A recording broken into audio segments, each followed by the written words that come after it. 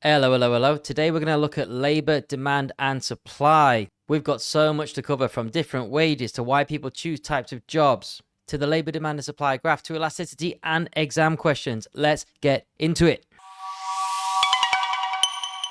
Let's start then. Factors affecting choice of occupation.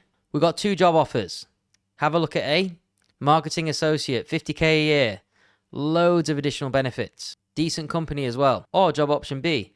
Sales rep, salary 35k. And remember, if you're good, commissions can be anything up to a couple of 100k a year. Which one are you going to choose? I put this out there to most of my students and most of them chose safety. They wanted A, the 15k guaranteed extra a year, plus the idea that they've got loads of extra benefits and they're in a decent company. So that was the majority vote. A few of them were more into the risky side, but that was completely up to them. So, question then. If you're looking for a job, what would you look for other than financial benefits? Company car? Working overseas? That's the one I chose. Career opportunities?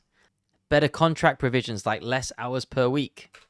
Basically, in economics, we like to call these pecuniary advantages. It's a word not too commonly used, but it has been used in the exams in the past, so make sure you understand it. So most advantages are like this. Job security. One great thing about teaching with this new age chat GPT stuff is teaching's always going to exist. It might change, it might mold, it might improve, but teaching's still going to exist. Long holidays, that's why I chose this job. Promotion prospects, that's not why I chose this job.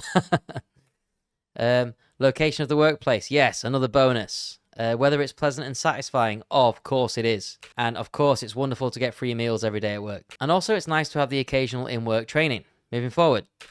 Why do you think many people leave their jobs? These are the results of a recent American survey, and most of them are simply bored. That shows the comfort of a developed country, right? In many countries, they're not bored, they just have no choice but to do that job. It's very difficult to find any other type of job.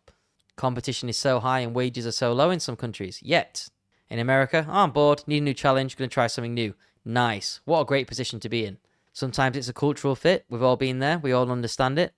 Maybe your values are different to most of the workforces. Of course, where would we be without the concept of a higher salary? But it's interesting that that's fourth in the list. Moving forward, why are some positions hard to fill? Let's have a look. Sometimes there's a low number of applicants. This can be an information problem where people don't realize that these jobs are available on the market because they're not actively looking for them, and they don't realize they could get a higher salary with better standards and whatnot, and so they don't apply. Or they might think that job is too good for them and they don't apply for it when it might be good for them. Lack of work experience. So basically what we're seeing here is a correlation between basically low number of applicants and sometimes unsociable hours. But some people love unsociable hours. They love the silence and the freedom of it. Right, reasons for difference in earnings then. Two different people. Who do you think is going to earn the most money? Alice, the master's degree holder, 10 years of work experience in finance. Bob, high school manufacturing plant. Charlie, recent graduate, but in a good subject with computer science. Most students chose Alice. And whereas there's no definitive answer, I would agree. 10 years experience in a lucrative industry that deals with money and a master's degree in the subject. Alice is primed to make a good amount of salary. Charlie, in the long run, could also make a great salary. Bob, sadly, may be limited unless he can get into a strong managerial position or run his own company one day. Wage differentials then. What are some of the highest and lowest paid jobs in the world? Let's have a look. My days. Fitness instructors, I thought they'd get way more than that. Care service, bar staff, we've all bloody done that. Hairdressers, interesting. What about the higher paying jobs? Look, any job that involves money, finance, taxation, statistician, financial institutions, financial managers. But look right at the top, we've got the legal pros, the marketing, and the chief execs. What this also shows is the changes from 2020, which are quite shocking to be fair. Look at this, finance managers getting less and less money. That's a considerable drop. Dentists as well. We'll be able to explain these reasons down the line using the graphs. And beauticians, wow, they took a big hit. Very interesting. What was up this year? Chief execs, okay, so leaders are being paid more. Oh, investment analysts and advisors getting paid a 20% bump. Might have to change profession, eh? Right, moving forward. Reasons behind these differences in wages. You might have people in the same industry with different qualifications and skills. You might be a pro at pivot tables and therefore dominate the Excel industry. People get paid more for jobs people don't want to do. Think about garbage collection. I saw a video recently of a guy earning over 250k collecting garbage. He said he'd get around 100k a year base salary, and then he was able to sell the things that he found. Crazy. Unsociable hours. You get paid more for that because no one wants to work them. Satisfaction. If you're doing a job that gives you a high degree of satisfaction, loads of other people want to do that job. So guess what happens? Loads of people apply. Pushes down wages. Next, lack of information. Like I said before, people might not have info about these jobs available and about the salaries and therefore don't apply for them. Also, some people might not be bothered to leave their hometown. They might be immobile. There might not be good transport networks to get from A to B. Think about the UK right now, where the trains are just simply shut down all the time because of protests. It makes life so difficult for people working the 9 to 5 to get about with without their own transport. There might be other benefits in the job. And specialized skills like doctors are always in high demand with low supply because it takes so long to become a doctor. Therefore, salaries get pushed up. Right, moving on. What about people in the same job? You do exactly the same job, but someone's earning more than you. What can account for that? There's loads of reasons. First, regions. In the north of England, things are cheaper than in the south. It's around £7 for a pint of alcohol in the south and £3.50 in the north. Massive difference. How long has somebody been in that same job? What skill set do they have in relation to the skill set you have? In London, for example, when teaching, you get a London bump, basically. You get an extra packet of pay because it's a lot more expensive to live there. So there'll be local pay agreements. Also, like we said, benefits. Some jobs might cover dental, which is absolutely lovely. As we know, in the UK, it's really expensive right now. And there's very few ways to get dental treatment on the NHS, as most dentists are going private. Also, sadly, things like discrimination, race, age, sex can all lead to these kind of things. Moving forward, let's look at the graph. Before we get into the graph, actually, we just have to understand what MRP is. So in economics, they like to use big words to describe things, but marginal revenue product just means I add one worker, so on the margin, we get one extra worker, okay? How much revenue does that guy make me? So let's say this one extra worker makes 5 products, okay, and I sell it for $10 each. This one extra worker makes me $50. If I only pay $40 wages for that guy, great. I'm the happiest guy ever. I am making $10 from sitting down, making this guy do the work for me.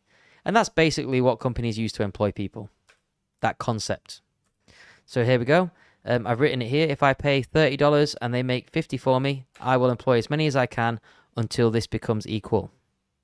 This is, of course, under the idea of a perfectly competitive labour market. And remember, in economics, when they say perfectly competitive, they've created a situation, okay, where they just try to make a market like a perfect mathematical example of what would go on in this situation, and they control lots of variables. So in this case, a perfectly competitive labour market follows these rules. Finite number of employees and workers. So in this snapshot in time, there's lots of people there's lots of people willing to work, and lots of organizations hiring. All employees are the same skill set. They can come in and out of the industry when they want. There's little qualification barriers. And everyone has perfect information. I know exactly what jobs are available and I know the salary of each job. So these are the kind of rules that protect this market. And as you can imagine, it's a very unrealistic example, but they use these examples to control any external variables in the mathematics. Okay, moving on. So now we know this, okay, we can start drawing the graph. So on the x-axis, we have quantity. And I like to call this LH rather than M. So labor hours. How many hours are people working? So here we can see more people working more hours, and here we'll have less people working less hours, or even the same people working less hours. Along the y-axis, we have wages. This represents high wages, and this represents low wages. So the curve for supply of labor, supply is me and you, employees, people providing their services for money.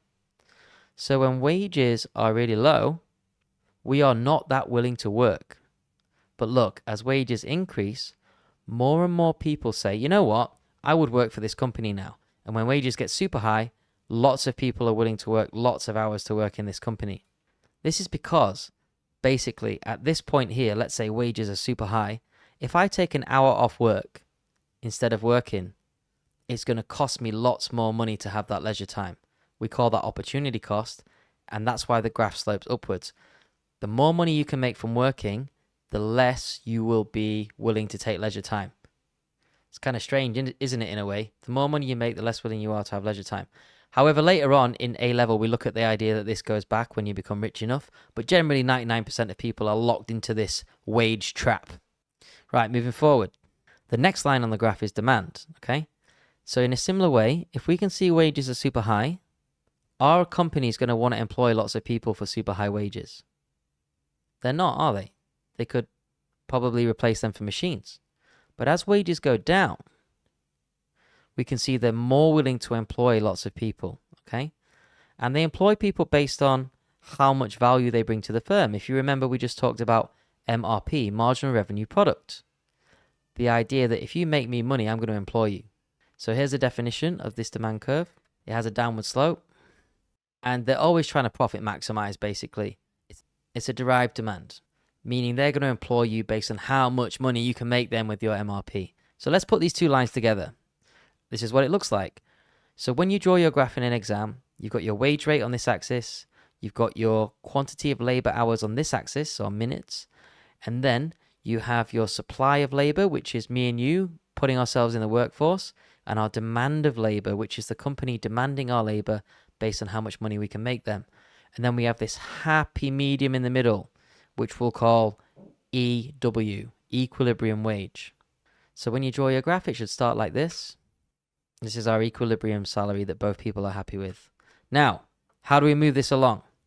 Let's imagine on our original demand and supply graph, if you remember, this is not labor demand and supply, this is now an original demand and supply graph. Imagine people are more happy to buy the bread that you make. They think it's wonderful. More people are buying it at every price level.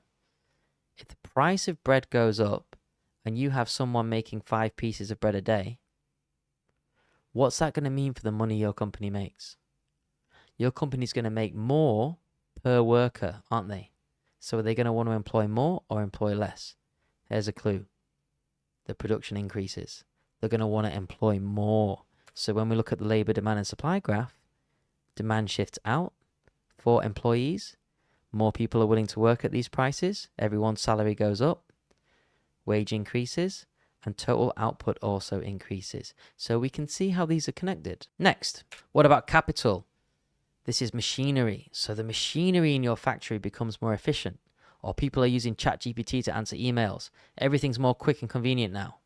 What goes on? Well, if it becomes easier to use machinery and cheaper to use machinery, maybe they will have less willingness to employ people. They will substitute people for capital. So then the demand would shift back.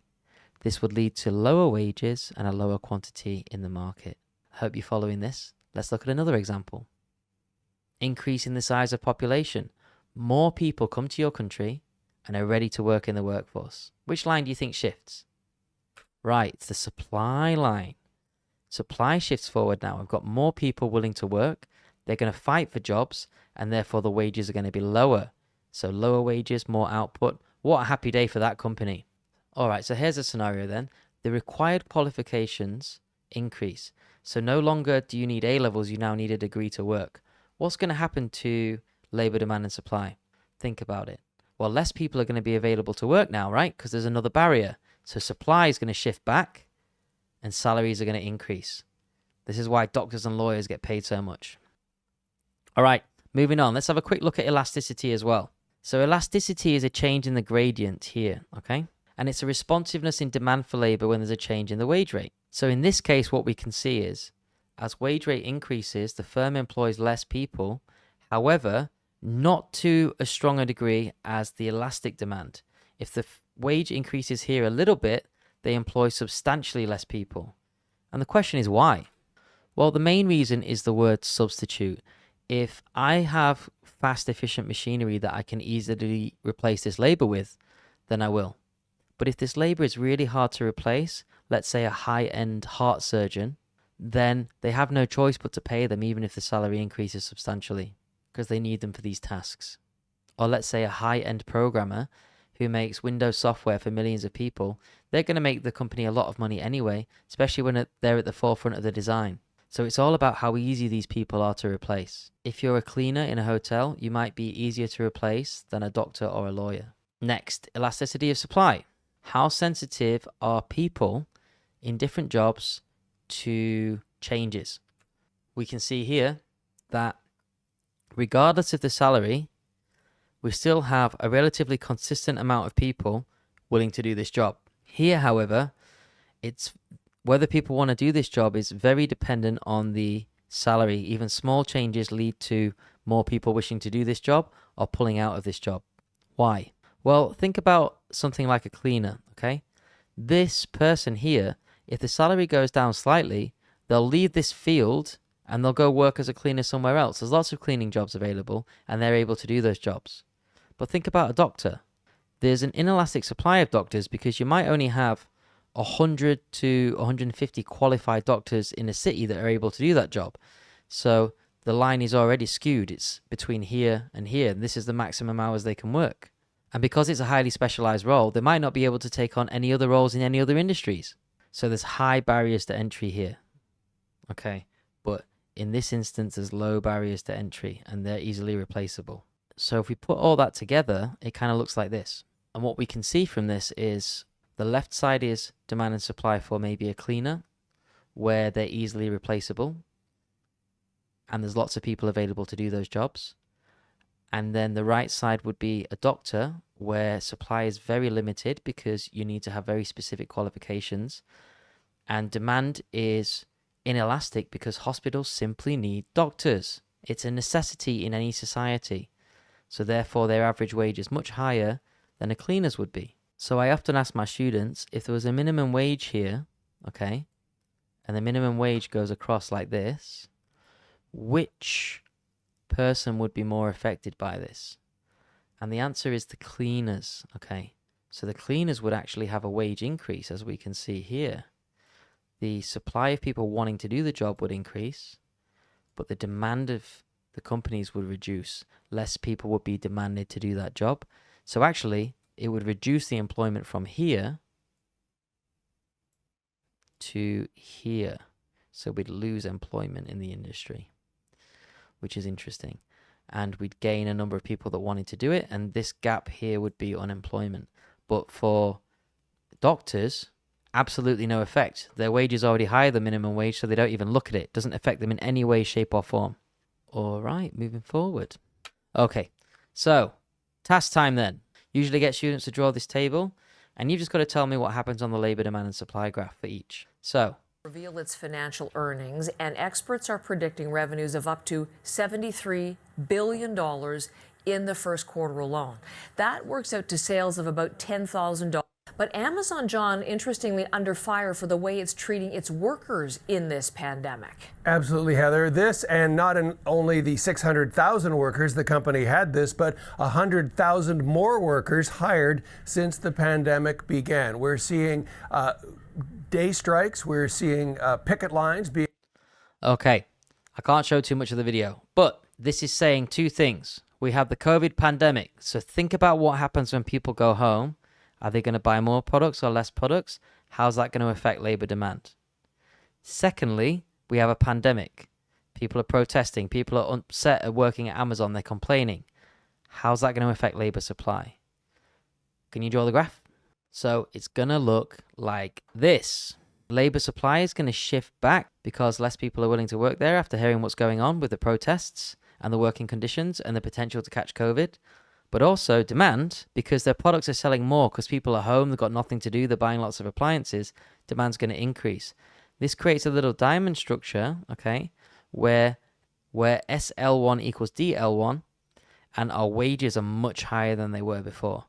But we don't know about quantity of work hours because we don't know how much the supply line shifted and we don't know how much the demand line. I hope you all understand that one. Let's move to the next one. Okay, same table. Okay, new scenario. So Boots has announced that it's closing 300 stores. That's going to take the amount of shops it has in the UK from 2,200 down to 1,900. The chain employs over 52,000 people, but it said...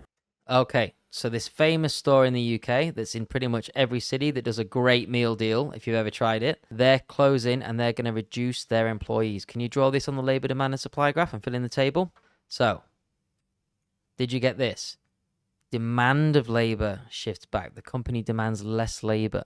So we have a movement back along the supply line. The supply line doesn't shift, it's just a movement. And the wages decrease in the market. So the graph looks like this. Boots is going to require less people to work in their stores.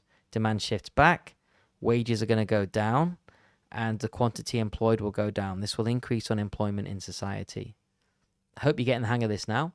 All right, next scenario then. Here's another table for you to fill in. 5 individual scenarios. Pause the video and have a go. Here are the results. Nurses work less. So the supply is going to shift left, leading to an increase in the wage. If you wanted to, you could draw the graphs for these as well. The firm's flat screen TVs become popular. People buy more TVs, the price of TVs goes up. The firm needs to supply more, therefore they employ more. So demand is going to shift to the right, wages will go up. Retirement age increased. People that were not working, that were retired, are now pretty much forced to work because they don't get to claim pension. So supply, more people are available to work, is going to shift to the right. Total wages in the market are going to decrease. Computers improve productivity. No! ChatGPT is taking our jobs. So, meaning demand for labour is going to go to the left. So now they've got equipment that can do the work for them. And finally, government taxing tips. Meaning the money you make extra from your job becomes lower because the government is taking money from you. So this removes one of the advantages of working in that job. So the supply of labour is going to be like, nope, I'm going to find a different industry. And there we go. That's the table. All right, from all these exercises, I hope you're getting the hang of it. If you need any private lessons or resources, just click the links down below. Have a great day, and I'll see you again.